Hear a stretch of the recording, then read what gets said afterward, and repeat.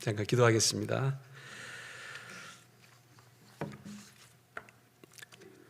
사랑이 풍성하신 자비로우신 하나님 아버지 감사드립니다. 오늘 주일 또 우리 형제 자매님들 주님 말씀을 배우기 위해서 또 한 자리에 모였습니다. 합당한 은혜로 채워주시고 또 주 성령이 함께 하셔서 말씀을 듣는 모든 사람들의 그 심령을 주관해 주시기를 간절히 바라고 원합니다. 옥토와 같은 마음으로 우리 주님의 말씀을 마음속에 받아들여 실천하는 또 순종하는 믿음으로 발전할 수 있도록 도와주시옵소서.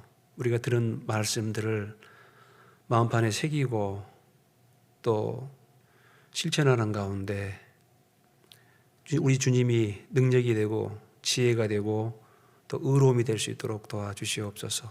주님 나라 갈 때까지 더욱더 우리 주님을 닮아가는 귀한 삶으로 변화시켜 주시기를 간절히 바라고 원합니다. 특별히 우리 주님 오실 날이 멀지 않았습니다. 아직 구원받지 못한 우리 사랑하는 가족들, 이 마지막 시대에 모두 다 구원을 받을 수 있도록 또 주님이 역사해 주시고 또 전도할 수 있는 지혜를 허락해 주시옵소서. 또 이러한 때에 더욱더 우리가 우리 믿음을 돌아보고 또 주님 말씀 앞에 우리의 믿음을 확증할 수 있도록 또 도와주시옵소서. 아직도 전 세계적인 이 전염병이 끝나지 않고 있습니다. 하나님께서 이 전염병을 끝내주시고 또 우리가 예전처럼 다시 평화롭게 또 자유롭게 교제하며 복음 전할 수 있는 환경을 허락해 주시기를 간절히 바라고 원합니다. 항상 이 나라에 또 평화와 또 안정을 주님께서 허락해 주시고 또 우리가 복음 전하는데 아무 어려움 없이 전파할 수 있도록 하나님께서 또 이 나라도 지켜주시기를 간절히 바라고 원합니다. 우리도 해외에서 어려움 가운데 복음에 힘쓰고 계신 분들 많이 계십니다. 특별히 우리 선교사님들 가정마다 건강 지켜주셔서 맡은 바 소임을 다할 수 있도록 또 도와주시기를 간절히 바라고 원합니다. 이 시간 말씀을 증가하는 부족한 입술 위에도 주님이 함께해 주시옵소서. 또 마땅히 함께해야 하나 또 하지 못하고 있는 우리 지체들 또 가정에서 또 일터에서 말씀을 잘 들을 수 있도록 도와주시옵소서. 감사드리며 예수님의 이름으로 기도드립니다. 아멘. 예, 우리 누가복음 6장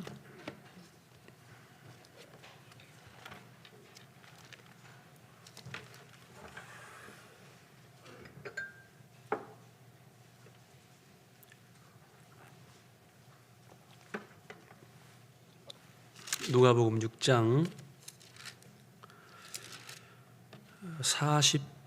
46절부터 제가 좀 읽어드리겠습니다. 누가복음 6장 46절 신약성경 100페이지입니다. 너희는 나를 불러 주여 주여 하면서도 어찌하여 나의 말하는 것을 행치 아니하느냐. 내게 나와 내 말을 듣고 행하는 자마다 누구와 같은 것을 너희에게 보이리라. 집을 짓되 깊이 파고 주초를 반석 위에 놓은 사람과 같으니 큰 물이 나서 탕류가 그 집에 부딪히되 잘 지은 연고로 능히 요동케 못하였거니와 듣고 행치 아니하는 자는 주초 없이 흙 위에 집 지은 사람과 같으니 탕류가 부딪힘에 집이 곧 무너져 파괴됨이 심하니라 하시니라. 오늘은 말씀을 듣고 행하는 자마다라는 제목으로 좀 말씀을 드리고자 합니다.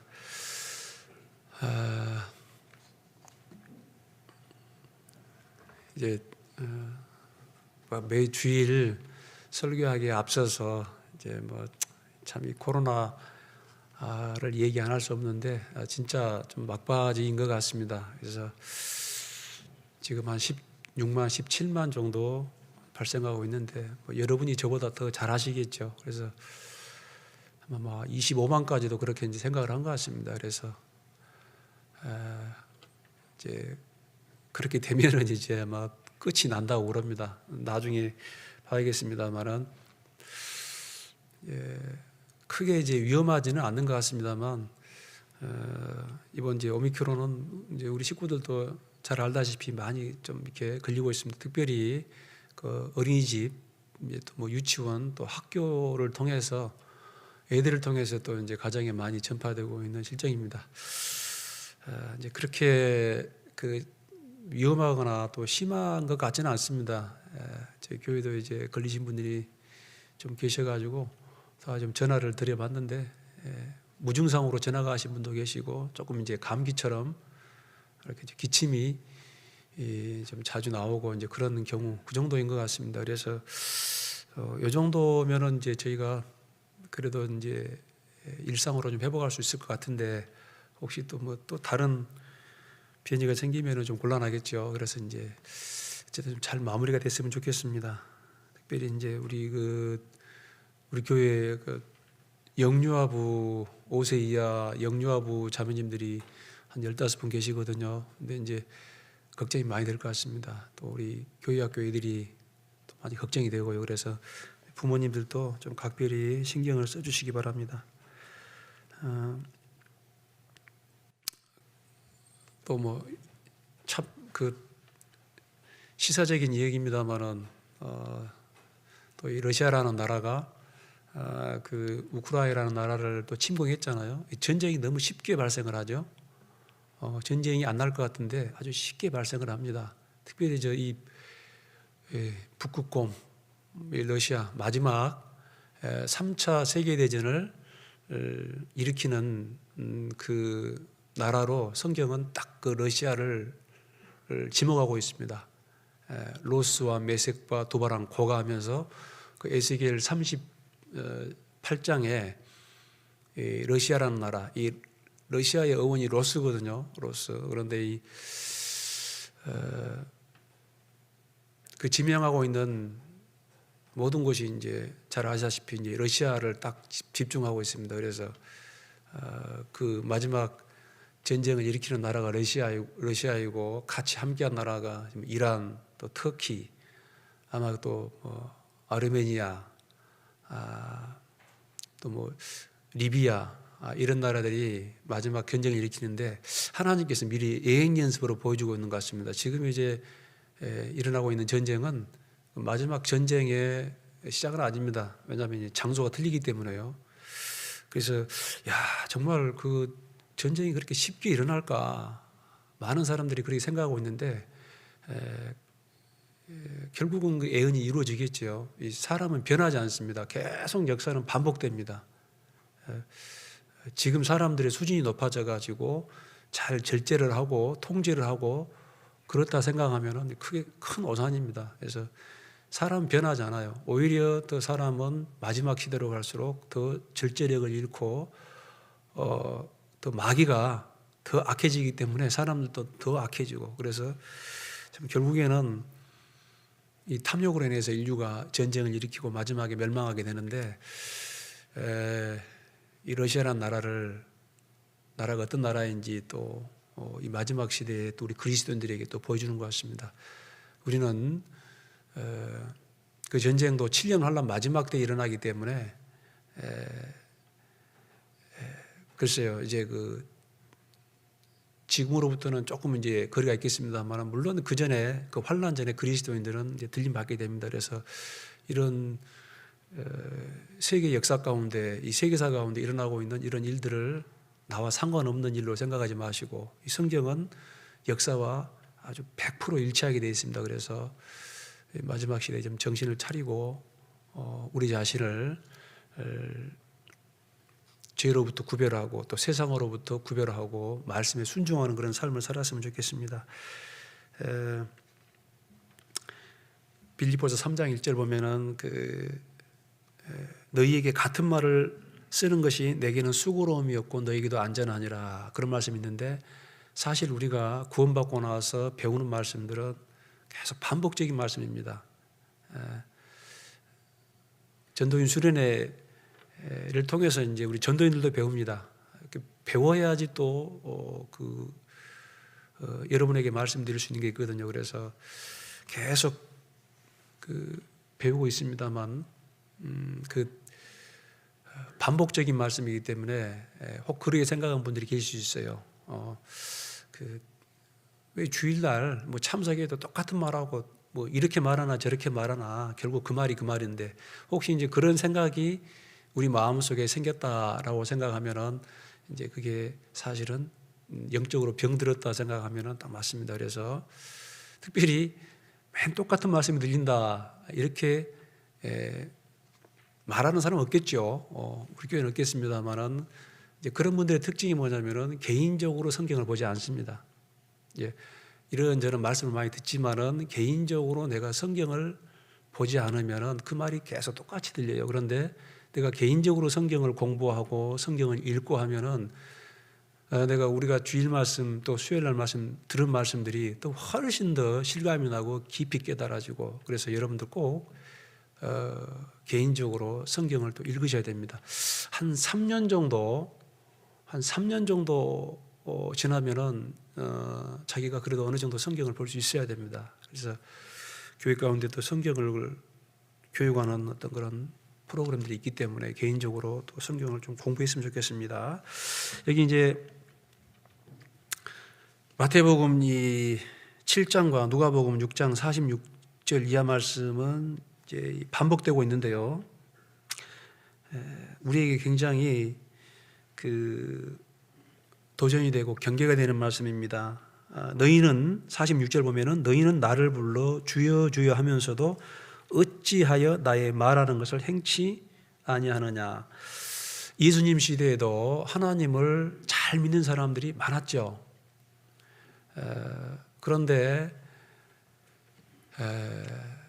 그 사람들의 믿음이 우리 주님 보시기에는 정확하지 않았다, 합당하지 않았다, 온전한 믿음이 아니었다라는 것입니다. 좀 이따 찾겠습니다만은 그 심판날에 예수님 앞에 갔을 때 많은 사람들이 뭐라고 그러냐면은 내가 주님의 이름으로 선지자노로 됐습니다. 주님의 이름으로 내가 귀신을 쫓아냈습니다. 내가 예수님 이름으로 내가 많은 권능을 행했습니다. 그런데 놀랍게도 예수님은 또 대단하다 그런 게 아니고 내가 너를 도무지 알지 못한다. 참 청천벽력과도 같은 말씀인데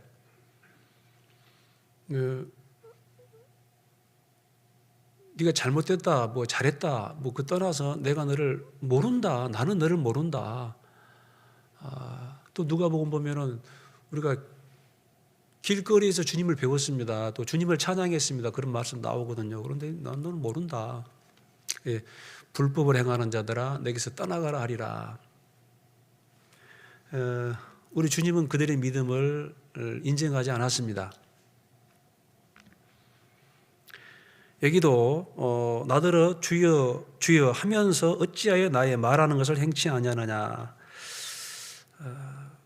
47절 내게 나와 내 말을 듣고 행하는 자마다 누구와 같은 것을 너희에게 보이리라. 내 말을 듣고 진짜 실천하는 사람, 행하는 사람. 여러분 우리가 성경을 읽을 때 왜 읽죠? 우리가 제일 처음에 구원 받을 때 참 기쁩니다. 그리고 궁금해요. 하나님 말씀이 궁금해요. 그래서 알고 싶어서 성경을 또 많이 읽습니다. 물론 저도 성경을 지금도 많이 보려고 노력합니다.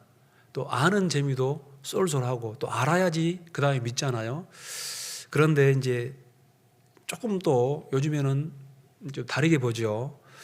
이제 아는 것도 중요한데 그 말씀을 그대로 정말 실천해 보려고 그래요. 그런데 여러분 실천해 보려고 하면은 참 어렵다라는 걸 알게 됩니다. 그런데 실천하면은 훨씬 더 하나님 말씀이 확실하게 깨달아지고 정말 우리 주님을 배울 수가 있어요. 우리 예수님을 닮아가는 삶, 주님을 닮아가는 삶, 주님을 따라가는 삶은 실제 삶 가운데 말씀대로 해보는 것입니다. 말씀이 육신이 돼요. 그래서 이걸 실천해 봐야 됩니다. 그랬을 때 훨씬 더 많이 보이고 더 주님을 알게 되고 순종할 수 있고, 그 다음에 주님이 또 능력을 주시고, 그래서 이 내 말을 듣고 행하는 자마다 누구와 같은 것을 너희에게 보이라 하면서 어떤 그 집 짓는 비유로 48절 이하의 말씀을 했습니다. 행하는 사람이 누구와 같을까? 마치 이런 사람 같다. 48절 집을 짓되 깊이 파고 주초를 반석 위에 놓은 사람과 같으니 큰 물이 나서 탕류가 그 집에 부딪히되 잘 지은 연고로 능히 요동치 못하였거니와. 실제 말씀을 듣고 그대로 행하는 사람. 여기서 이 말씀은요, 자꾸 이 부담스러우니까 아이고 사람이 어떻게 이걸 행할 수가 있어, 또 이건 안 돼 하면서 이걸 뭐 비틀거나 또 옆에 비껴가거나 이렇게 할 수 있는데요, 전도도 말씀 읽는 것도 기도도 우리 말기 교전, 크게 신앙생활의 분야를 말기 교전, 말씀 기도, 전도 봉사 교제 이렇게 말씀을 하는데, 그 말씀들을 실제 이 성경에 기록된 문자 그대로 될 수 있으면 한번 실천해 보려고 해야 됩니다. 많은 것들이 잘 안 될 겁니다. 잘 안 되지만은 그래도 그거를 내 삶 가운데 실제로 그렇게 실천해 보려고 했을 때 나에게 진짜 훨씬 더 유익이 있습니다. 어떤 분이 이제 교회를 다니는 분인데 그런 말씀을 하셔요. 이 교회 가서 배운 말씀과 실제 삶 가운데 적용되는 것과는 큰 괴리가 있더라. 내가 진짜 배운 것처럼 그렇게 삶의 현장에서 그렇게 하면은 나는 그렇게 못하겠더라. 나는 바보가 되거나 멍청이가 되거나. 그래서 말씀은 말씀이고 또 삶은 좀 일치가 되기 힘들다. 물론 그분은 구원을 받지 않는 분이었습니다. 사실은 그분은 그 말씀을 순종할 수 있는 힘 자체가 없죠. 교회는 열심히 다니고 있지만은 사실 이 속에 순종할 수 있는 힘, 하나님의 능력, 그게 마음 가운데 이루어지지 않았기 때문에 그런 말씀을 하셨어요. 그런 경우가 있고, 또 실제로 구원을 받았습니다. 이제 구원을 받았는데 여러 가지 이유로, 육신이죠. 그 육신의 정욕에 의해서, 또 욕망에 의해서, 또 자기 자아로 인해서 그 순종하기를 싫어하는 그런 경우도 있다라는 것입니다. 그래서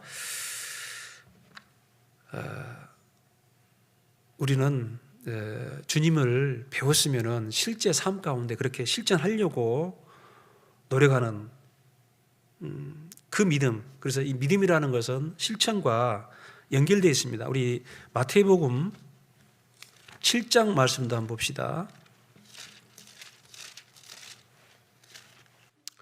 마태복음 7장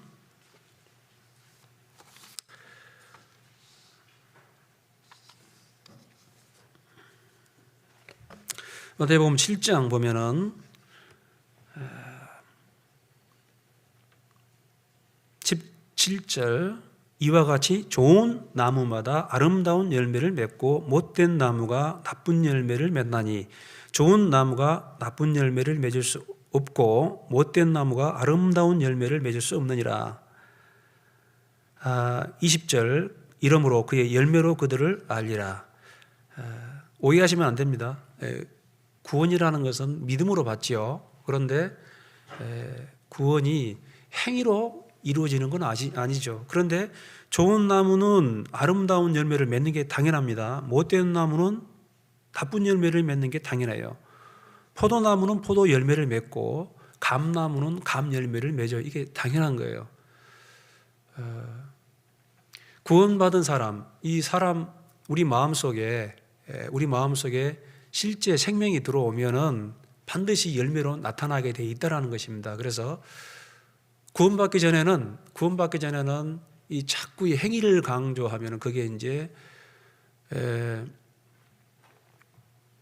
부담이 되고 또 어렵고 그게 이제 올무가 되고 그렇습니다. 근데 구원받은 이후에는 실제로 순종할 수 있는 힘이 있어요.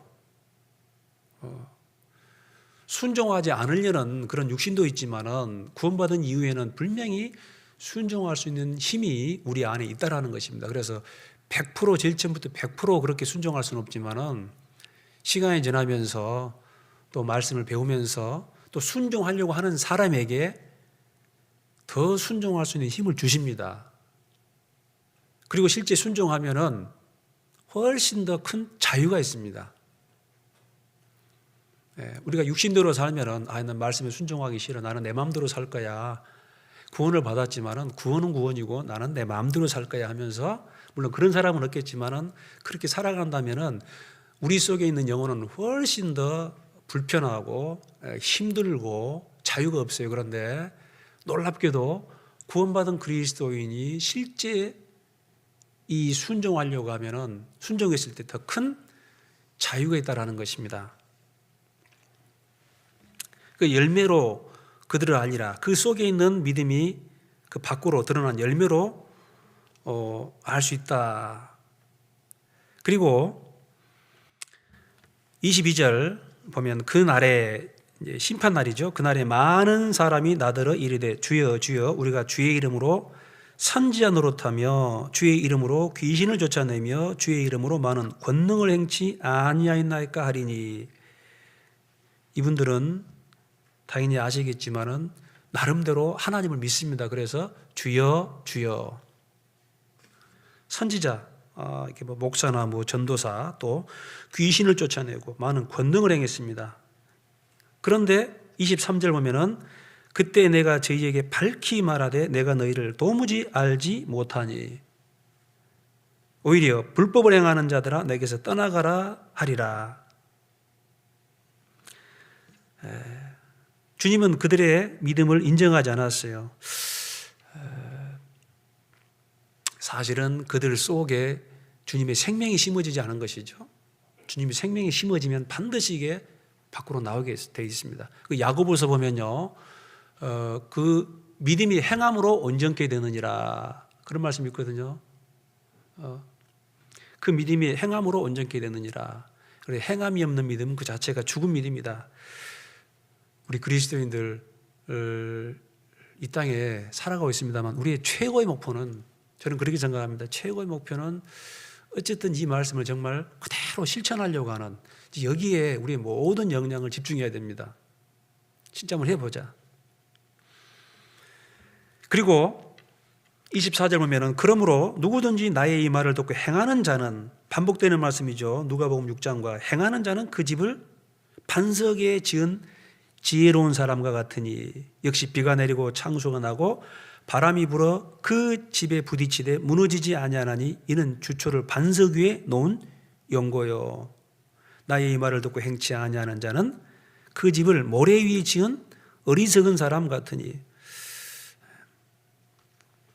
반복의 말씀드립니다만 오해하시면 안 돼요. 분명히 그 믿음이라는 것은 예수님 은혜로 믿음으로 이루어집니다. 근데 그 믿음은 반드시 밖으로 나오게 되어 있다. 그리고 순종하는 것만큼 그 믿음이 성장한다라는 것을 오늘 여러분에게 말씀드리고 함께 나누고자 합니다.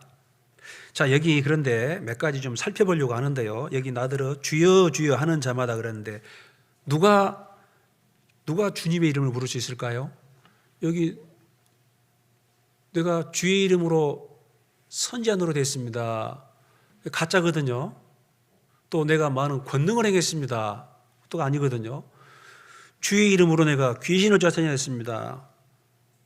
근데 그 사람도 가짜거든요. 그러면 누가 주님의 이름을 부를 수 있을까요? 예수님을 통해서 건짐을 받은 사람이 예수님을 주님으로 부를 수 있는 것입니다. 구원받은 사람만이 진정으로 예수님을 주님, 나의 주님 그렇게 부를 수 있는 거예요. 나의 구원자시고 구주시고 나의 주인이다. 선지자 노릇 하든지 뭐 권능을 행하든지 능력을 행하든지 뭐 방언을 하든지 무슨 일을 하든지 그 사람이 구원받은 적이 없다면은 예수님은 그들의 주님이 될 수가 없다라는 것입니다. 우리 수요 말씀을 통해서도 자주 배우지요. 여러분, 베드로 3년 반 동안 예수님을 쫓아다녔습니다. 예수님이 이제 십자가에 예루살렘 가면은 십자가에 죽으실 것을 말씀하시죠. 그때 베드로 아주 당당하게 이야기하죠. 모든 사람이 주님을 버릴지라도 나는 결단코 주님을 버리지 않겠습니다. 나는 주님을 위해 죽을지언정 주님을 떠나지 않겠습니다. 다 울기 전에 네가 3번 나를 부인하리라.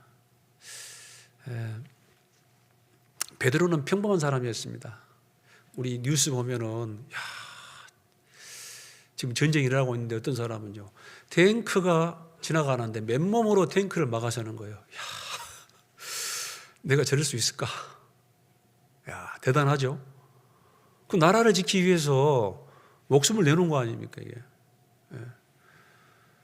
그 보면 막 그냥 안타까운 사연들이 많이 올라옵니다.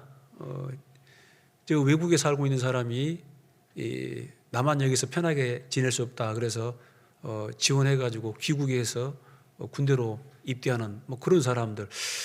어떤 사람은 또 다리를 폭파하기 위해서 자폭하는 사람들 대단하잖아요. 나한테 저런 용기가 있을까? 그런 사람도 있습니다. 그런데 역시 예수님의 제자 베드로는 저처럼 우리처럼 평범한 사람인 것 같습니다. 그래서 그 혈기가 있기 때문에 예수님에게 그런 말씀하시죠. 그런 말을 하죠. 모든 사람이 버릴지라도 저는 결단코 죽을지언정 주님을 떠나지 않겠습니다. 아주 대단한 어떤 그런 결기가 있습니다. 그리고 그 주변에 있는 제자들도 저도요. 그런데 보통 사람이기 때문에 여러분, 예수님 잡혀가시고 그런 과정에서 제자들이 어떻게 했죠? 그 수석사도 베드로는 3번이나 부인했습니다. 나머지 제자들 다 도망가 버렸어요. 이게 인간입니다, 인간. 어떤 경우에는 그러니까 이 두려워 떨고 있는 그런 나약한 인간이죠. 그런데요, 많이 배운 말씀입니다만은 예수님이 베드로를 위해 죽지 않았어요. 그죠? 예수님이 베드로를 위해 아직 죽지 않았는데 어떻게 베드로의 주님이 될 수 있어요? 여러분, 예수님이 이 땅에 오시지 않고 하늘에 계시고 뭐 우리 죄를 구원하시지도 않고 예수님이 하나님일 수는 있지만은 나를 죄에서 구원한 구속자, 나의 주님이 될 수가 없잖아요. 나를 구원한 구원자가 될 수 없잖아요. 만약 이 땅에 오셔서 십자가에 죽으시고 부활하지 않으면은 우리 주님과 내가 무슨 상관이 있겠습니까? 그런데요, 예수님 죽으시고 부활하셨습니다. 부활하신 예수님을 보고는 제자들이 예수님을 배반하지 않습니다. 그들은 죽기까지 주님을 따랐고 또 승리했습니다. 누가 예수님을 주님으로 부를 수 있나? 구원받은 사람, 건진받은 사람. 우리 그 요한복음 1장 13절 보면은 영접하는 자, 그 이름을 믿는 자들에게는 하나님의 자녀가 되는 권세를 주셨으니, 믿는 자는 하나님의 자녀가 되는 권세를 주셨으니, 그런 말씀하잖아요. 그런데 그 다음 말씀에 이는 육정으로나 혈통으로나 사람의 뜻으로 나지 아니하고 오직 하나님께로서 난 자들이니라, 이런 말씀이 있거든요. 그 앞에 말씀 보면은 영접하는 자는 하나님의 자녀가 된다, 그렇게 간단하게 말씀하고 있어요. 그런데 그 영접한다라는 게 그냥 영접식 기도로 영접되는 게 아니죠. 이는 육정으로나, 베드로와 같은 어떤 그런 혈기, 다짐, 결심, 그렇게 된 게 아니에요. 육정으로 되는 게 아닙니다. 그리고 혈통으로나, 이게 우리 집안이 기독교 집안이기 때문에 우리는 나는 모태교인이다, 태어나면서부터 나는 믿는 사람이다, 이게 아닙니다. 혈통으로나 또 사람의 뜻으로 어떤 유명한 목사나 지혜 있는 사람이 그것을 잘 설명해 가지고 성경 말씀을 잘 설명해 가지고 그렇게 해서 영접한다, 믿는다라는 게 아니다라는 것입니다. 오직 하나님께로서 난 자들이니라. 위로부터 태어났다. 성령으로 거듭났다. 그래서 정말 구원받은 사람만이 예수님을 주여 주여 주님 주님 그렇게 부를 수 있다라는 것입니다. 왜냐? 그 근거는 바로 피값이에요. 피값. 자, 우리 요한계시록 5장 9절 한번 봐봅시다. 요한계시록 5장 9절.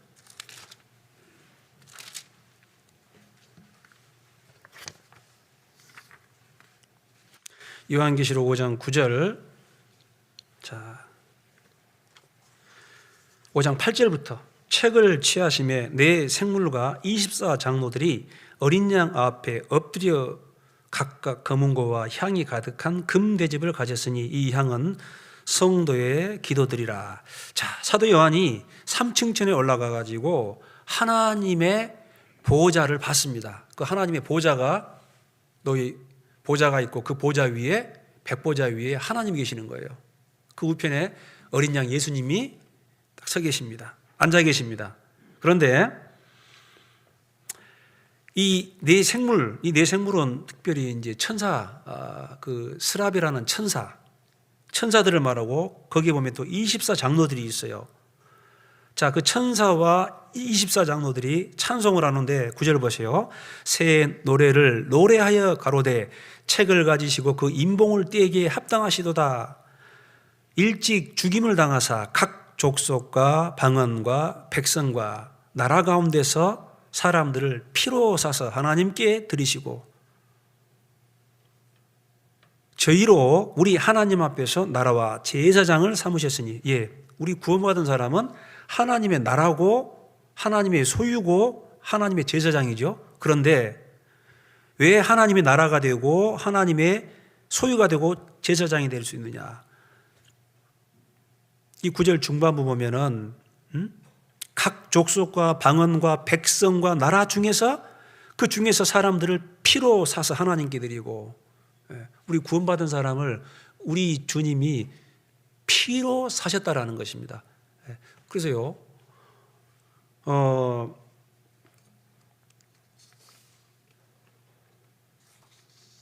이 우리의 소유권이 우리에게 있지 않습니다. 우리가 착각하면 안 됩니다. 확실히 구원받았다면, 내가 정말 예수님 피로 구원받았다면 소유권이 나에게 있잖아요. 그전에는 내 인생은 나의 것, 그런 노래 있잖아요. 내 인생은 나의 것, 내 인생은 나의 것, 내 것이었어요. 그런데 주님이 피값을 주고 샀습니다. 이제 소유권이 나에게 있지 않습니다. 주님 거예요. 주님 거.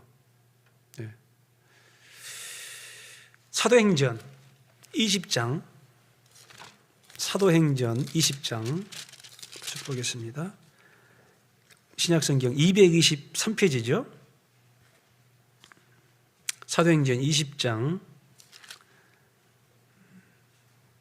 28절, 사도행전 20장 28절.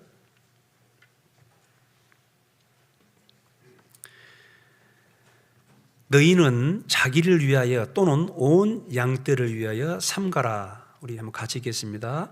성령이 저들 가운데서 너희로 감독자를 삼고 하나님이 자기 피로 사신 교회를 치게 하셨느니라. 사도 바울이 이제 예루살렘 가기 전에 밀레도라는 곳에 도착하셔서 그 에페소에 있는 감독들을 집합을 시켰습니다. 그 설교 중에 나온 말씀이에요. 너희는 자기를 위하여 또 온 양떼를 위하여 삼가하라 하면서 성령이 저들 가운데 너희로 감독자를 삼고 그 다음에 하나님이 이 자기 피로 사신 교회를 치게 하셨느니라. 구원받은 사람들을 교회 그러죠. 이 교회는 예수님 피로, 자기 피로 사신 교회입니다. 우리 각자 구원받은 사람들은 하나님이, 우리 예수님이 값비싼 그 피값을 치르고 사셨다라는 것이죠. 얼마나 귀하겠어요. 목숨을 바쳐가지고 우리 주님이 우리를 자기 소유로 삼았다는 것입니다.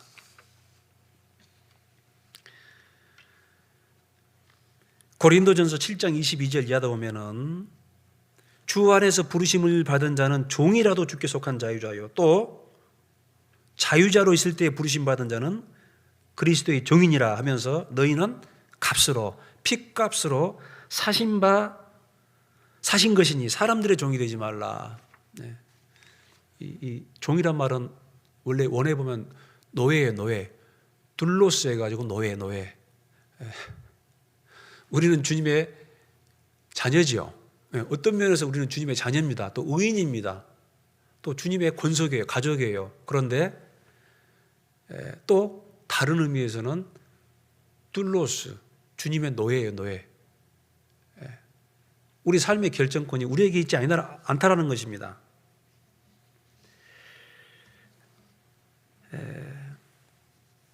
그래서 소유권이 주님에게 있기 때문에 주님의 뜻대로 살아야 되죠. 우리 잘 아시는 말씀 갈라디아서 2장 10절 보면은 내가 그리스도와 함께 십자가에 못 박혔나니 그런즉 이제는 내가 산 것이 아니요 오직 내 안에 그리스도께서 사신 것이라. 내가 육체 가운데 사는 것은 나를 사랑하사 나를 위하여 자기 몸을 버리신 하나님의 아들을 믿는 믿음 안에 사는 것이니라. 잘 아시죠? 우리가 살아도 주를 위하여 살고 죽어도 주를 위하여 사나니 사나 죽으나 주의 것이로다. 그러니까 구원받기 전과 후는 완전히 다르다라는 것입니다. 이런 말씀들이 굉장히 부담스럽습니까? 너무나 당연한 것입니다. 네. 여러분 마태복음 4장 볼까요?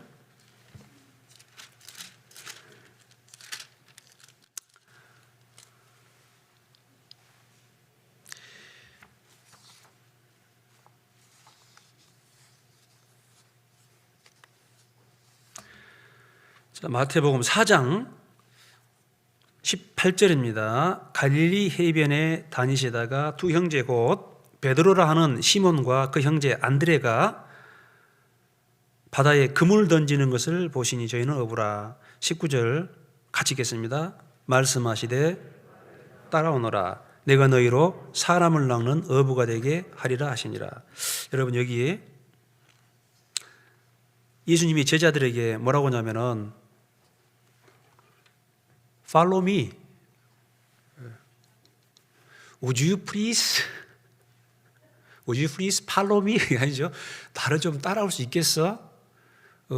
요청하는 게 아닙니다. 청유하는 게 아니에요. 부탁하거나 뭐 요청이 아닙니다. 동의를 구하는 게 아니에요. Follow me. 나를 따라오너라. 명령하는 거예요. 왜 그러죠? 우리 주인이시니까. 우리 주인이기 때문에 주님은 명령하시는 거예요. 나를 따라오너라. 나를 따라오너라.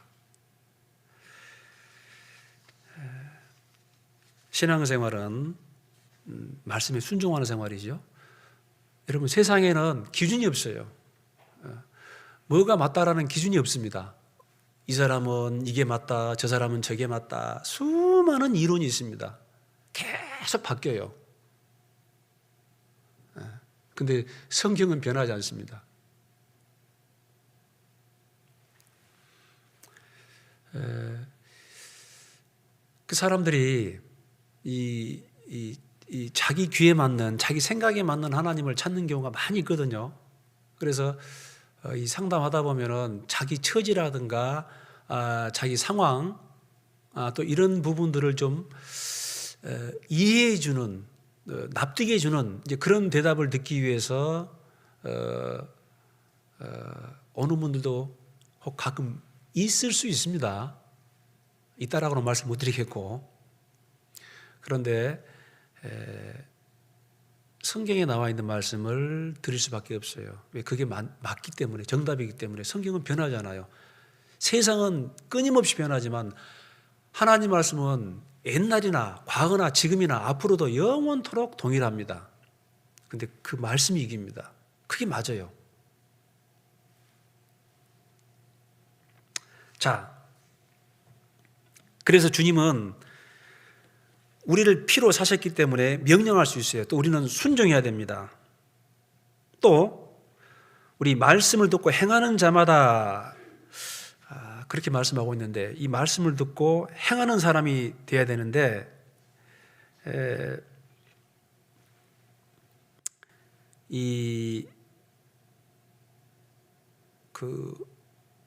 우리가 말씀을 많이 듣지만은 이제 그 아는 게 믿음이 될 수는 없어요. 반복해서 말씀드립니다만 그 말씀을 진짜 실제로 순종해 봐야 돼요. 너희는 만민에게 가서 말씀을 전파하라. 그러면은 실제로 가봐야 돼요. 가봐야 돼요.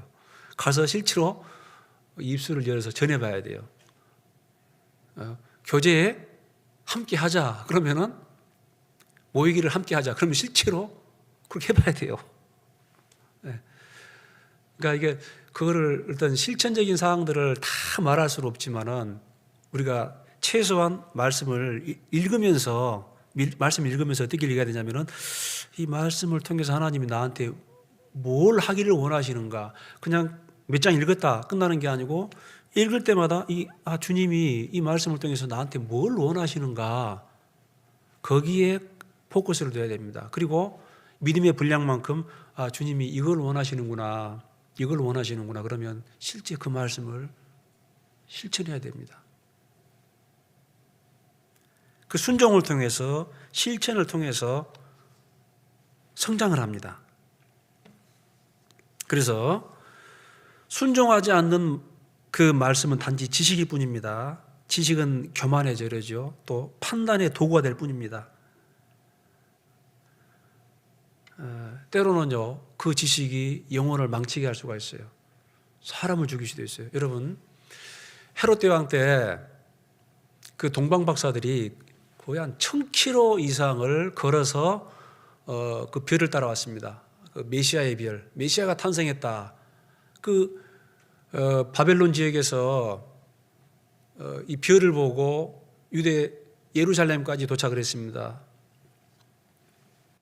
메시아가 태어났다. 그때 헤롯 왕이 유대 이 성경 박사들에게 물어보죠. 유대인의 왕이 났다고 그러는데, 메시아가 났다고 그러는데 어디서 나냐? 그러니까 미가서 5장 2절 하면서 베들레헴 땅입니다. 베들레헴 에브라다야, 너는 가장 유대 고을 중에 가장 적을지라도 내게서 메시아가 나실 것이다 라는 말씀이 있거든요. 딱 거기 하나 있습니다. 근데 그 미가서 5장 2절 그 말씀, 베들레헴에 태어난다는 말씀이 그 한 말씀인데 그걸 정확히 알았어요. 그리고 동방 박사들은 베들레헴에 가서 예수님에게 경배했지요. 그런데 그 지식이 있었던 유대 종교가들은 한 사람도 가지 않았습니다. 오히려 그 지식을 알고 헤롯 대왕은 베들레헴 영아들, 2살 이하 영아들은 다 죽였어요. 이 죽은 지식이죠. 그건 지식일 뿐이에요. 지식일 뿐이에요. 그래서 아는 것도 중요하지만 그게 실제로 순종하지 않으면은 그거는 그냥 지식일 뿐이고, 아까 말씀드렸습니다만은 어떤 경우에는 그 지식이, 이 하나님 말씀이 검이잖아요. 검이 찌를 수도 있는 거예요.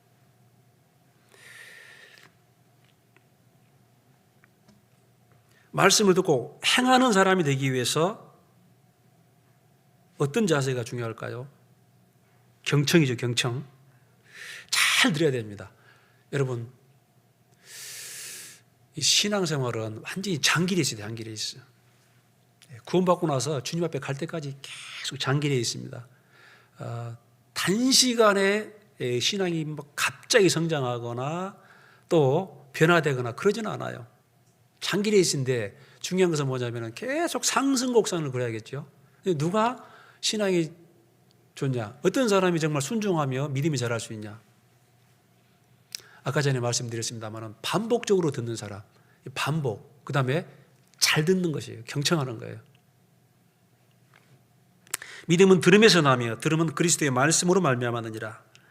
우리 사도행전 16장 보면은 사도 바울이 기도처가 있는가 하여 우물가에서 이제 그 기도처를 찾고 있죠. 유대인들은 회당이 없으면 주로 이제 물가가 좀 대체적으로 조용한가 봐요. 물가에 가서 이제 성전 쪽을 향하여 기도하는 이제 그런 습관이 있습니다. 근데 거기 몇 분의 여자분들이 계셨어요. 근데 사도 바울은 또 어디를 가나 말씀을 증거하죠. 근데 주께서 루디아의 마음을 열어. 똑같은 사람들이 바울의 말을 들었습니다. 그런데 루디아라는 사람은 마음이 열렸어요. 왜? 잘 들었다라는 것이죠. 여러분이 집에서 개인적으로 성경을 읽는 것도 똑같은 경우입니다. 지금 이 말씀을 잘 듣는 것도 똑같은 말이고 그 말이 그 말이고 저 말이 저 말이고 그 말이지. 그렇게 듣는 분도 혹 계실 수 있어요. 그런데 잘 듣는 분도 계실 수가 있어요. 집에 가셔서 성경을 읽을 때 오늘은 숙제를 다 했다. 진도 빼는 그런 마음으로 읽는 분도 계시지만은 아까 말씀드린 것처럼 오늘 이 말씀을 통해서 하나님 나에게 무엇을 지금 요구하시는지, 그러면 나는 그 요구하는 음성을 듣고 실천해야겠다. 실천하려는 마음으로 들은 사람, 그런 사람도 있고 읽는 사람도 있겠죠. 보는 것도 경청이고 듣는 것도 경청입니다. 이게 영어 보니까요, 이게 히어링이 아니고 리스닝,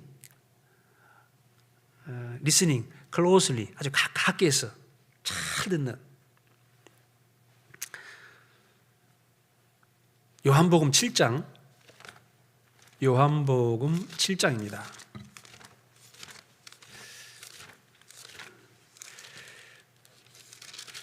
요한복음 7장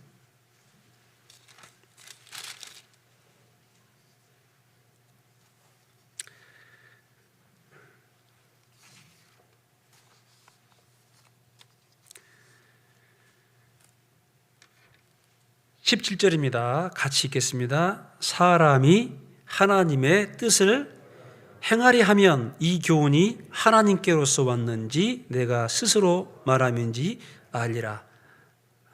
사람이 하나님의 뜻을 진짜 행하려고 하면은, 하나님의 뜻이 무엇인지 분별하고 행하려고 하면은 그 교훈을 분별할 수 있다는 것입니다. 알리라.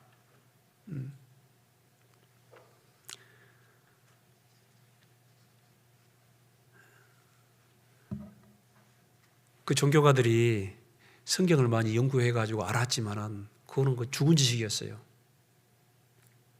오히려 그 유대 광야에서 밤에 양을 치고 있었던 정말 사람 보기에는 천한 사람들이고 미천한 사람들, 그 양 치는 사람들, 그 사람들은 오히려 그 사람들에게 오히려 천사의 계시가 나타났고, 그 사람들은 순종해서 실제로 베들레헴에 가서 예수님께, 그 아기 예수께 경배하잖아요. 행하려고 하면은 하나님께서 그 마음속에 하나님의 뜻을 더 알게 해주신다는 것입니다. 성경에 이 훈계보다 이 하나님 말씀,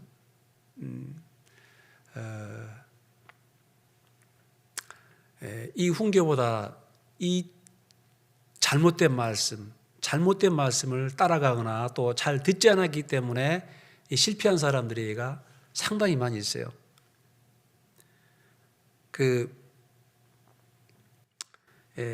열왕기상 12장 봐볼까요? 열왕기상 12장입니다.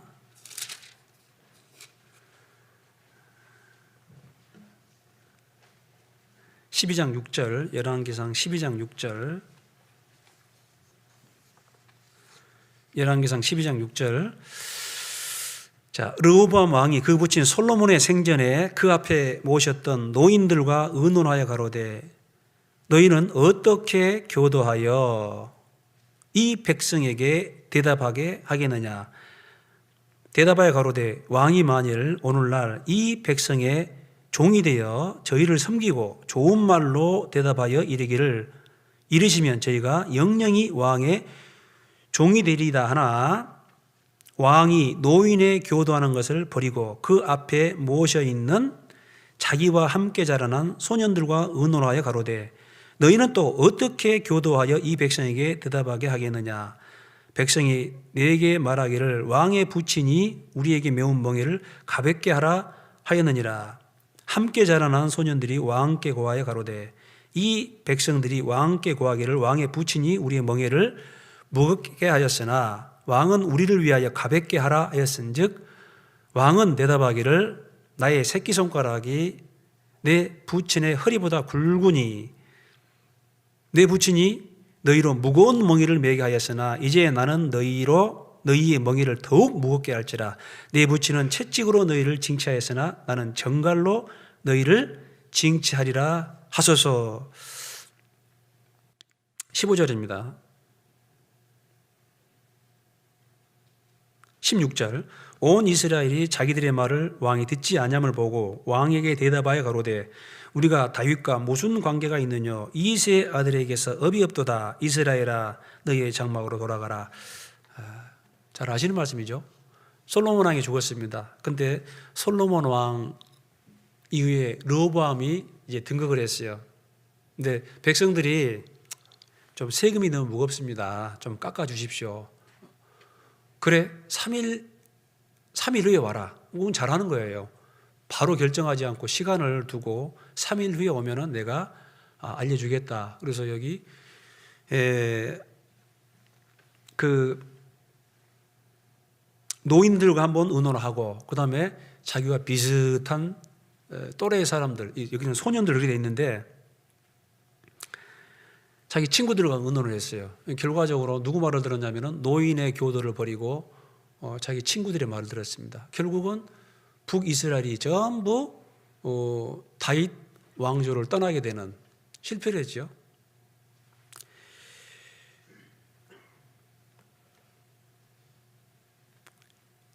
잘못 들었습니다. 예.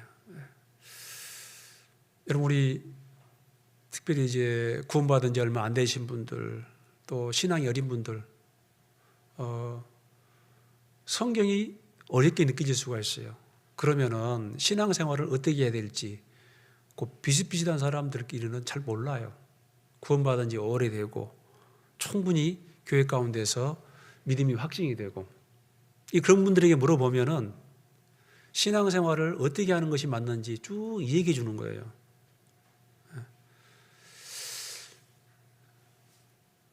이 청년의 시기에 또 혈기가 있죠. 자기 생각이 있고 저도 그랬던 기억이 있습니다. 제일 힘든 게 교회 와서 수요 말씀을 듣긴 들었는데 오늘 제가 하는 이런 말씀들 모든 것을 버리고 우리는 죽었다. 우리 이상, 계획, 뜻, 목표 모든 것은 전부 다 이제 끝났다.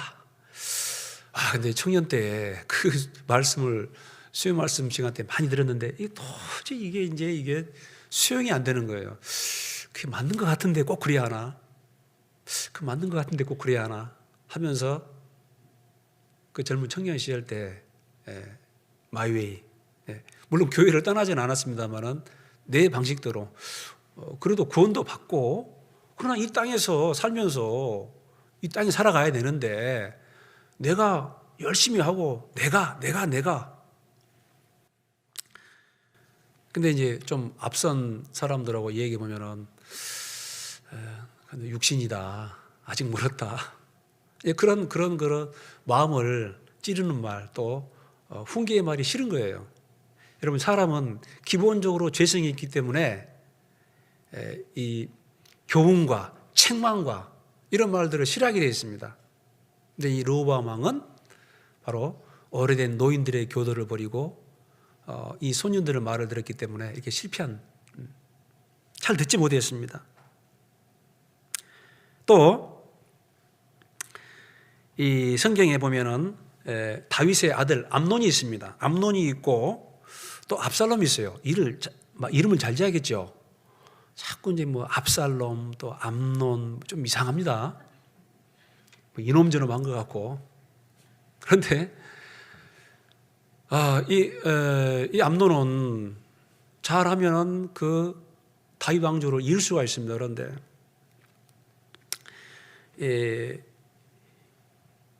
요나답이라는 친구가 있어요. 근데 이 암논이 자기 누이를 사랑하는 거예요.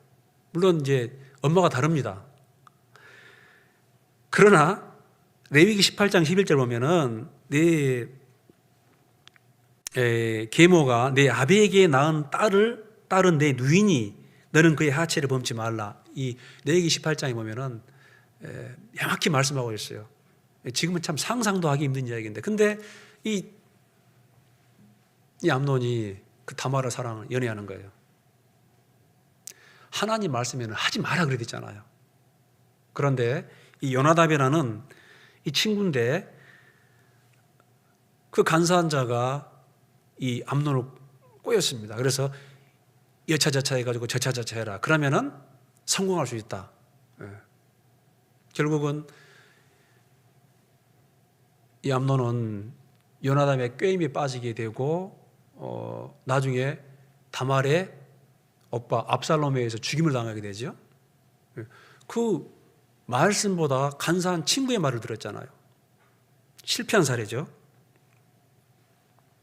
또 그 삼손 하면 생각나는 사람이 누구예요? 드릴라가 굉장히 예뻤던 것 같습니다. 여러분, 삼손은 나시린이죠. 나시린이 해서는 안 될 일이 있습니다. 시체를 가까이 하면 안 되고, 또 머리에 삭도를 대면 안 되고, 아주 부정한 것, 만져서도 안 되고, 구별된 사람입니다. 그런데 그 비밀을 이방인 드릴라에게 전부 노출해 버렸어요.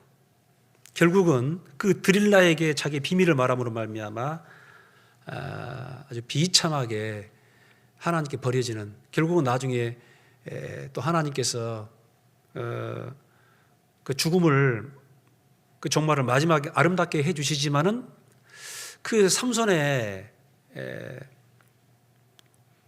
삶을 보면은 굉장히 그런 부분들은 아쉽다라는 것입니다. 여러분, 지금 사람들 어쩌죠? 좀 전에 말씀드린 것처럼 지금 사람들은 굉장히 이 자기 마음에 맞는 말을 듣기를 좋아합니다. 여러분, 우리가 이 전도 집회에 오면은 참 이런 말씀들이 듣기 힘든 말씀이에요. 하나님이 살아계신다. 저희가 마음에 하나님을 실함해 그러잖아요. 그리고 우리가 교회에 와서 정말 이 죄에 대한 말씀을 처절하게 듣습니다.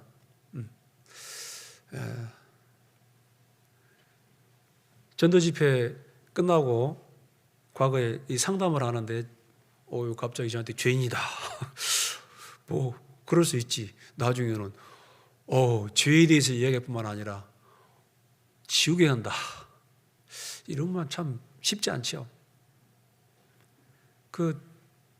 요즘에 정말 교회에서도 듣기 힘든 말입니다. 심판에 대해서, 죄에 대해서 뿐만 아니라 지옥에 대해서. 그래서 혹자는 그런 비판을 많이 해요. 왜 너희 교회 가면은 그냥 이런 좀 거부감 말, 이런 좀 좋은 말, 아름다운 말, 그런 말 해주면 좋은데 왜 자꾸 그런 좀 거부감 말들 하냐. 그러나 거부감이 생긴다. 그래도 해야 합니다.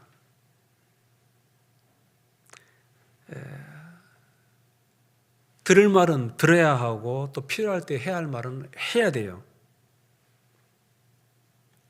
특별히요,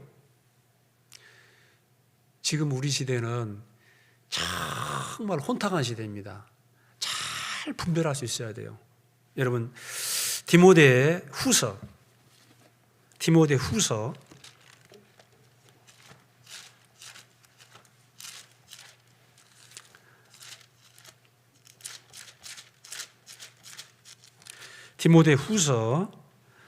2장 15절입니다.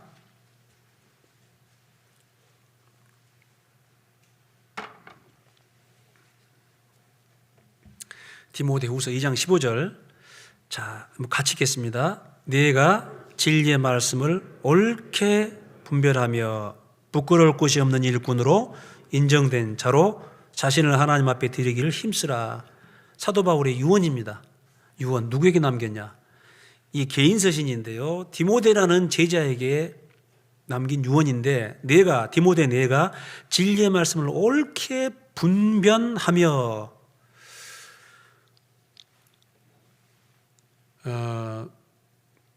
이게 이제 구원을 받으시고 말씀을 많이 들으신 분들은 이제 그러던 이제 말씀이 딱 섰을 수 있거든요. 그런데 그렇지 못한 분들이 있어요. 특별히 얼마 되지 않는 분들, 이제 구원받은 지 얼마 안 된 분들, 또 새로 이 교회에 나와서 말씀을 듣고 계신 분들 잘 분별해야 돼요. 제가 이게 왕왕 그런 소식을 많이 접하게 되는데요. 그런 분들은 스스로 말씀을 분별할 수 있는 힘이 없어요. 그런 사람에게 이 잘못된 정보가 들어갑니다. 여러분 엄청나게 많은 정보가 있죠. 유튜브 또 인터넷. 그런데 이 사단 마귀는 그러한 것들을 아주 교묘하게 사용을 합니다. 근데 자기 스스로 방어할 수 있는 성경적인 지식이 없어요. 그러면 그런 거짓 정보를 보거나 또 다른 사람을 통해서 그런 잘못된 정보가 입력이 되면은 깨딱 잘못하면 실족을 해요. 그게 사실이 아님에도 불구하고. 그래서 이게 말씀을 듣고 이게 참 이제 이 말씀에 흥미를 느끼거나 또 구원을 시인하거나 그럴 수 있는데 제일 초반 구원받고 나서 한 6개월, 한 1년 이때 깨딱 잘못하면 많이 넘어져요. 왜? 이 말씀을 분별할 수 있는 힘이 없어요. 당연하죠. 그래서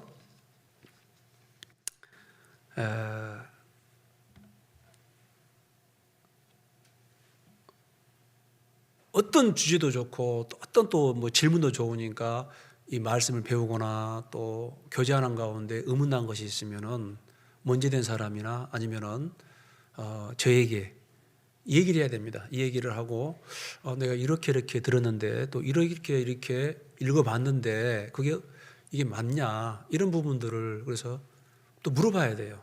물어보는 게 또 맞습니다. 사도행전 7장 보면은 지도하는 사람이 없으니 어찌 깨달을 수 있느냐. 그래서 우리 시대에는 그 거짓된 정보가 너무나 많습니다. 여러분 노아 홍수 심판 때 그 물이 얼마나 많아요, 그죠? 얼마나 많습니까? 근데 그 물이 먹을 수 있는 물이 아니죠. 완전히 흙탕물입니다. 외치는 자만큼 많은 생명수는 말랐어라.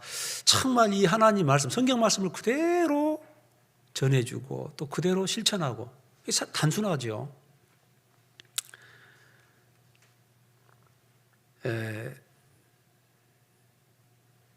경청하는 것도 좋지만은 분별할 수 있는 힘도 빨리 길러야 됩니다. 왜? 그렇지 않으면 내가 무너질 수가 있어요. 특별히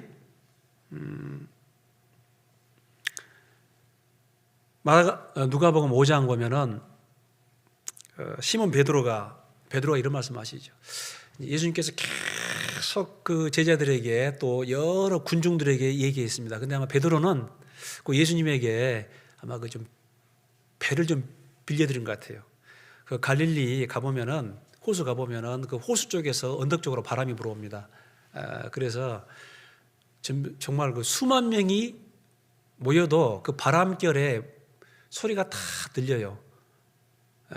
근데 이 베드로는 종종 예수님에게 그 배에서 말씀할 수 있도록 그렇게 배를 좀 빌려드린 것 같습니다. 그렇기 때문에 잘 들었겠죠. 예수님께서 충분히 말씀하시고 그날 밤에 베드로가 이제 물고기를 잡고 있습니다. 그날따라 헛방이에요, 헛방. 근데 예수님이 한참 헛방 치고 있는 베드로에게 그 물 가운데로 한번 그물을 내려봐라. 베드로가 뭐라고 그래요? 내가 명색이 지금 몇십 년 된 어부인데 당신은 어부가 아니지 않소. 그게 아니죠. 내가 밤새도록 수고하였지만 내가 말씀에 의지하여 던져보겠습니다 하면서 물 가운데로 그물을 던집니다. 많은 고기가 잡혔죠. 예수님께서 그렇게 잡히게 해주신 것 같아요. 베드로는 어부 전문가입니다. 그런데 예수님 말을 들었어요. 예수님이 물 가운데로 한번 그물을 내려봐라. 왜 그랬을까요? 그렇게 할 수 있는 힘은 비록 사소한 일 같지만은 베드로는 예수님 말씀을 잘 들었습니다. 그 전에 잘 들었기 때문에 그런 힘이 있는 거예요. 누가복음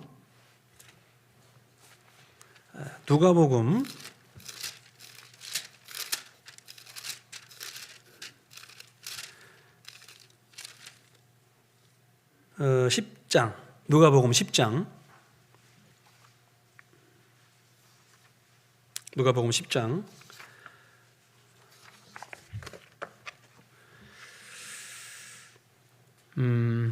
38절, 저희가 길 갈 때에 예수께서 한 촌에 들어가시며 마르다라 이름하는 한 여자가 자기 집으로 영접하더라. 39절입니다. 그에게 마리아라 하는 동생이 있어 주의 발 아래 앉아 그의 말씀을 듣더니, 경청했죠. 마르다는 준비하는 일이 많아 마음이 분주한지라. 예수께서 나아가 가로되 주여 내 동생이 나 혼자 일하게 두는 것을 생각지 아니하시나이까 저를 명하여 나를 도와주라 하소서. 41절, 주께서 대답하여 가라사대 마르다야 마르다야 내가 많은 일로 염려하고 근심하느냐. 그러나 몇 가지만 하든지 혹 한 가지만이라도 족하니라. 같이 읽겠습니다. 마리아는 이 좋은 편을 택하였으니 빼앗기지 아니하리라 하시니라. 잔치가 벌어졌습니다. 그런데 마리아는 마음이 분주해요. 준비할 게 많아요. 그런데 동생 마리아는 예수님 팔 아래 앉아 그의 말씀을 들었어요. 물론 마르다의 봉사도 귀합니다. 그런데 더 귀한 건 뭐냐면은 말씀을 잘 들었던 마리아가 더 주님께 순종할 수 있어요. 더 헌신할 수가 있어요. 요한복음 12장 봅시다. 자, 요한복음 12장 보면은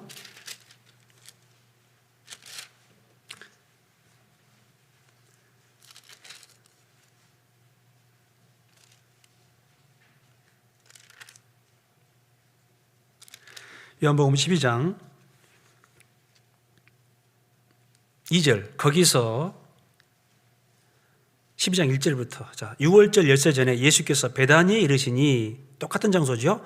이곳은 예수께서 죽은 자 가운데서 살리신 나사로에 있는 곳이라. 거기서 예수를 위하여 잔치할세 마르다는 이를 보고, 여전히 마르다는 지금 이를 보고 있죠. 자, 나사로는 예수와 함께 앉은 자 중에 있더라. 자, 그런데 3절 보세요.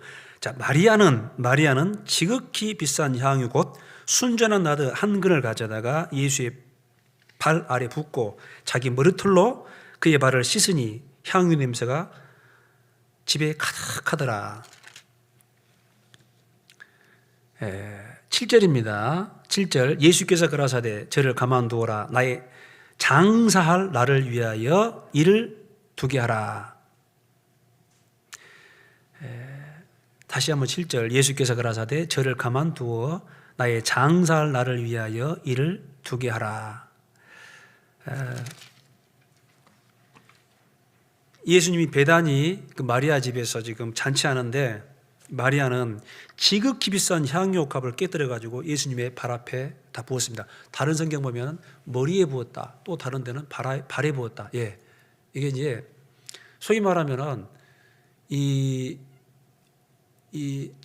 신부가 결혼하잖아요. 아가씨가 결혼을 하면은 향유옥합을 준비한다고 그럽니다. 그런데 이게 엄청난 그 값이라고 그래요. 그건 뭐 한 3천만 원, 4천만 원. 근데 이게 첫날 밤에 그 남편에게 한 방울, 몇 방울 떨어뜨려 가지고 이 냄새를 제거하는 거예요. 우리나라는 물이 많기 때문에 물로 씻는데 거기는 이제 이 향유로 냄새를 제거합니다. 그리고 손님이 올 때마다 이 향유를 좀 떨어뜨려 가지고 냄새를 제거하는 거예요. 그리고 마지막에 남편이 죽으면은 거기에다가 남은 향유를 다 붓는. 그런데 이 마리아는 예수님 머리에 한 방울 떨어뜨리고 나중에 그 다음에 이제 발에다가 완전 부어버렸어요. 이게 좀 상식적이지 않잖아요. 그런데 사실 이것은 마리아가 자기 자신을 완전히 주님께 드린 거예요. 이것 때문에 오해도 많이 받죠. 저 여자가 죄인인데 그 예수란 저 사람도 가만히 있네 하면서, 또 제자들은 이 여자야 이 비싼 향유를 왜 허비하느냐, 특별히 이 가룟 유다는 아주 극렬하게 이 마리아를 책망을 합니다. 그 예수님이 뭐라고 그러냐면은 가만두어라, 제가 나의 장사할 날을 위하여 준비했다. 그 예수님이 여러 번 얘기했습니다. 내가 이제 예루살렘에 가면은 대제사장들과 서기관들에게 죽을 것이다 라는 것을 얘기했지만 제자들은 그게 귀에 안 들리는 거예요. 그런데 이 마리아는 경청했습니다. 말씀을 잘 들었어요. 예수님 발 아래 앉아서 잘 들었습니다. 그 믿음은 들으면서 나며, 들으니까 또 알지요. 주님의 뜻을 알고 주님의 마음을 알고.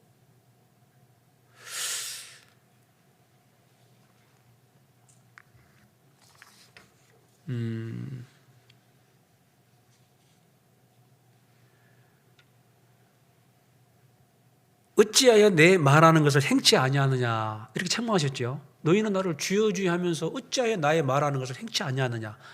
근데 사실은 그 행치 아니하느냐라는 그런 그 예수님의 책망을 피할 수 있는 그 유일한 길은 사실은 잘 듣는 것입니다. 놀랍죠? 이건 차없는 진리예요.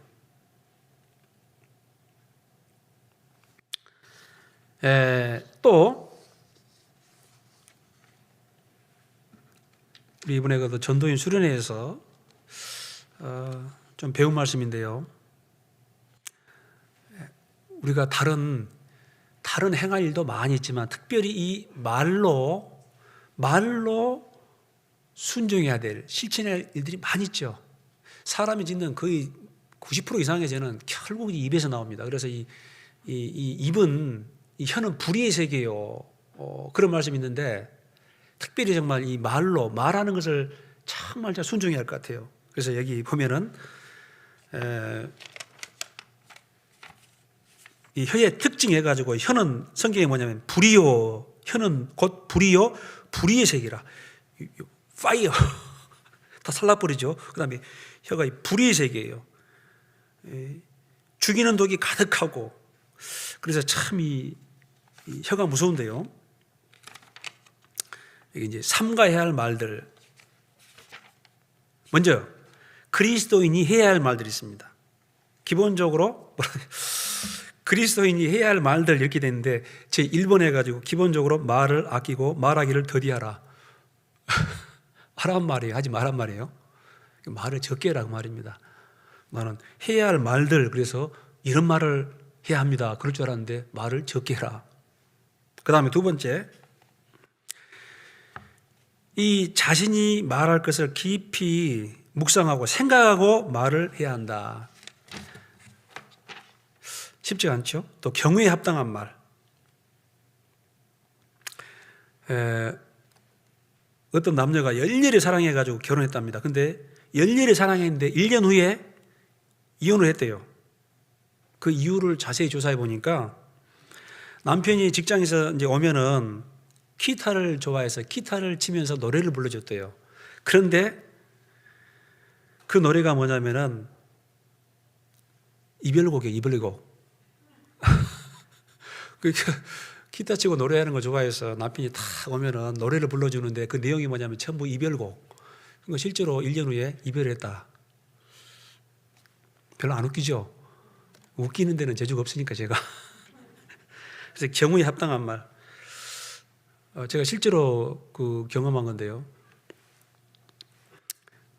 이 말은 안 하는 게 낫겠습니다. 이 안 좋은 말을 하니까, 자꾸 남편한테 안 좋은 말을 하니까 어느 시간이 지나서 남편이 지금 그렇게 하는 거예요.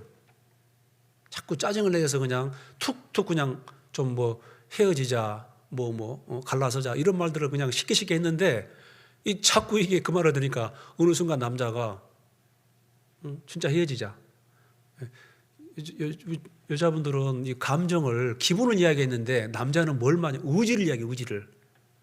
우리 자매님들 남자 우리 형제님들이 딱 이야기하면은 새겨드려야 합니다. 뭘 말한다고요? 의지를 이야기해요. 의지를. 제가 가끔 그런 말 하죠. 우리 자매님들이 냉장고도 안 좋고 그래서 냉장고 갈아야 되는데 그런 얘기 그때 반응이 없어. 그런데 한 3개월 6개월 지나가지고 냉장고 한번 알아봐. 그럼 이미 냉장고 괜찮거든. 왜 냉장고를 알아봐라게요? 냉장고 괜찮은데 6개월 전에 한 그 말을 남자는 지금 마음에 두고 생각하고 있는 거예요. 냉장고를 살까 말까, 사야 하는 게 맞냐, 고칠까, 어쩔까 계속 궁리를 하다가 결론이 나니까 냉장고 한번 알아봐. 또 선한 말, 부드러운 여, 또 하나님을 높이는 말, 도와주는 말, 용기의 말, 격려의 말, 또 전도하는 말, 기도의 말, 좋은 간증. 우리 구원 간증 들으면 참 우리 마음이 기쁘잖아요. 은혜로 고르게 한 말. 또 여기 이제 분량 내의 말을 해야 됩니다. 분량 내의 말을. 그리고 이제 제가 그냥 읽어드리는 거예요. 오늘 이걸 말씀드리는 건 아니었기 때문에 이제 삼가해야 될 말들, 과격한 말, 노를 격동하는 말. 그러니까 르호보암 왕이 그 백성들이 와서 말했는데 어째요? 아주 과격한 말을 하지요. 또 울분의 말. 여러분 노를 품는 자와 사귀지 말며 울분한 자와 동행하지 말지니 그 행위를 본받아서 내 영혼을 올무에 빠질까 두려워하라. 이런 그냥 노를 격동하는 말, 울분의 말. 어떤 사람은 너무 분이 차가지고 자면서도 그냥 그런 사람 옆에 있으면 화를 당합니다. 화를. 또 남의 비밀을 누설하는 말, 희롱의 말, 또 허망한 풍설을 전파하지 말게. 비방이나 비판하는 말, 또 불평의 말, 원망의 말, 또 낙심케 하는 소리. 여러분 가나안 땅 정탐하러 갔는데 그 10명의 정탐꾼들이 와가지고 낙심케 하는 말 하잖아요. 여호수아와 갈렙은 그들은 우리의 밥이다 그러는데 나머지 10명의 정탐꾼들은 우리는 우리 보기에도 메뚜기고 저들 보기에도 우리는 메뚜기 같고 힘 빠지는 말, 낭만케 하는 말, 그런 말을 하면 안 됩니다. 또 다투는 말, 또 자기 의사만을 드러내는, 이게 교만인데요. 우리 대화하면서 계속 자기 주장, 자기 생각, 자기 의사만을 들으면은요, 듣는 사람이 안 좋아합니다. 부담을 가져요. 또 완악한 말, 또 입에 부끄러운 말, 또 여기 이제 쉽게 확신의 말을 하는 것을 조심해야 돼요. 우리는 잘 몰라요. 그 상황이라든가 그 모든 것들을 다 파악할 수가 없어요. 쉽게 확신적인 말을 하면 안 돼요. 사무엘상 23장 7절 보면은 다윗이 이제 그일라에 있다라는 그런 소문이 들려요. 사울이 뭐라고 그래요? 하나님께서 다윗을 내게 붙이셨도다. 그래요? 사울은 그일라에 다윗이 있다라는 그 첩보를 들었어요. 그 첩보를 들고 하나님께서 다윗을 나에게 붙였도다. 그러나 그것은 거짓 확신이었습니다. 다윗을 죽이지 않는 것이 하나님의 뜻인데 죽이는 것이 하나님의 뜻인 것처럼 착각했습니다. 그래서 지나치게 확신하는 말, 또 아내가 지켜야 할 36개 교훈인데 그냥 쭉 한번 읽어드려 볼게요. 한번 여러분들 요것만 읽고 제가 마치기 좀 빨리 끝내드리려고 했는데 남편이 지켜야 할 교훈들은 나중에 다음 시간에 해드리고, 우리 자매님들 아내가 지켜야 할 교훈 자, 보면은 남편이 물건을 사다 주면 고맙다는 인사를 할 줄 알아야 된다. 다 그렇게 하고 계시죠?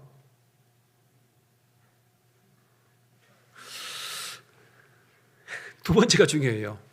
남편이 흥분했을 때 맞서지 마라. 그 다음에 남편의 실수에 대한 충고는 아무 때나 하지 마라. 또 남의 남편과 자기의 남편을 비교하여 말하지 마라. 남편보다 더욱 시댁을 위하라. 훌륭한 며느리감이다. 또 남편이 밤늦게 들어오면 불을 켜고 기다리라. 그렇게 하고 계시죠? 남편을 위로해 주라. 또 남편의 좋은 점을 자주 여러 번 칭찬해 주라. 남편에게 용기를 북돋워 준다. 그 다음에 이제 이런 말들은 별로 안 좋아할 것 같은데 해드릴까요? 남편의 시중은 아내인 당신이 직접 하라. 여비서처럼. 남녀 평등인데 여비서처럼. 그 다음에 쭉 넘어가서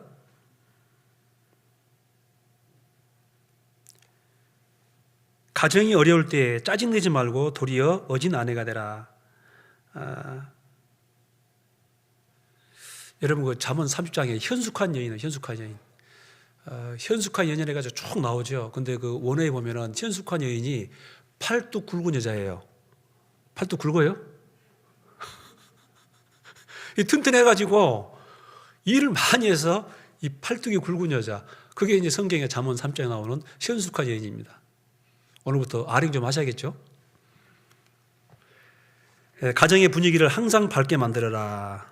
여자의 상냥함이 최대의 멋이다. 또 아무 말을 할 줄 아는 아내가 되라.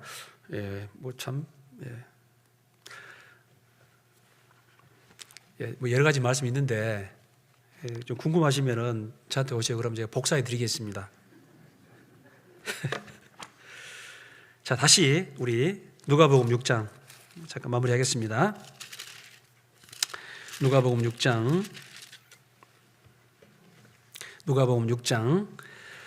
47절 내게 나와 내 말을 듣고 행하는 자마다 누구와 같은 것을 너희에게 보이리라. 자, 집을 짓되 깊이 파고 주초를 반석 위에 놓은 사람과 같으니 큰 물이 나서 탕류가 그 집에 부딪히되 잘 지은 연고로 능히 요동케 못하였거니와 듣고 행치 아니하는 자는 주초 없이 흙 위에 집 지은 사람과 같으니 탕류가 부딪힘에 집이 곧 무너져 파괴됨이 심하니라. 순종. 야고보서 1장 22절 이하 보면은 사람이 그 행하는 일에 복을 받을 것이다 라고 말씀하고 있거든요. 이제 우리가 구원 받았습니다. 우리 주님의 피로 구원 받았습니다. 그런데 실천하는 사람, 순종하는 사람은 우리 인생의 집을 아주 든든하게 짓고 있는 거예요. 예수님이라는 반석 위에, 이 반석은 예수님이거든요. 예수님이라는 반석 위에 예수님을 주님으로 모셨기 때문에 그 주님의 말씀을 하나하나 순종할 수 있는 범위 안에서, 내가 내 믿음의 범위 안에서, 지금 우리한테 여러분 우크라이나 전쟁터에 가서 복음 전해라 그러지 않잖아요. 지극히 작은 일에 충성된 자는 큰 것에도 충성되다 그러잖아요. 그래서 어려운 시기지만은 내가 할 수 있는 일을 하나하나 이 성경에서 정말 그 보물을 캐는 심정으로 나에게 무엇을 요구하시는가 유심히 자세히 들여다보고 그거를 한번 실천해 보세요. 어떤 분은 실천 목록이 있더라고. 내가 요거 오늘 순종했다, 요거 실천했다, 요거 그걸 쭉 적은 분이 계셔요. 그러면 그 믿음의 집이 예수님이라는 반석 위에 탄탄하게 세워질 것입니다. 그리고 정말 주님 앞에 칭찬받으리라 생각합니다. 기도하겠습니다. 자비로우신 하나님 아버지 감사합니다. 우리 삶 가운데 합당치 않은 것, 먼저 깨우쳐 주시고 정말 버리고 또 주님 말씀을 듣고 읽어서 주님의 그 명령을, 그 주님 말씀을 삶 가운데 그대로 실천하여 우리 인생의 집이 예수님이라는 그 믿음의 반석 위에 굳건하게 서서 주님께 영광 돌리는 그러한 삶이 되기를 원합니다. 특별히 이 어려운 시기에 더욱더 주님 말씀을 가까이 하여 우리의 신앙이 든든해질 수 있도록 도와주십시오. 한 사람도 실족하거나 또 믿음에서 떨어지지 않도록 도와주십시오. 예수님의 이름으로 기도드렸습니다. 아멘.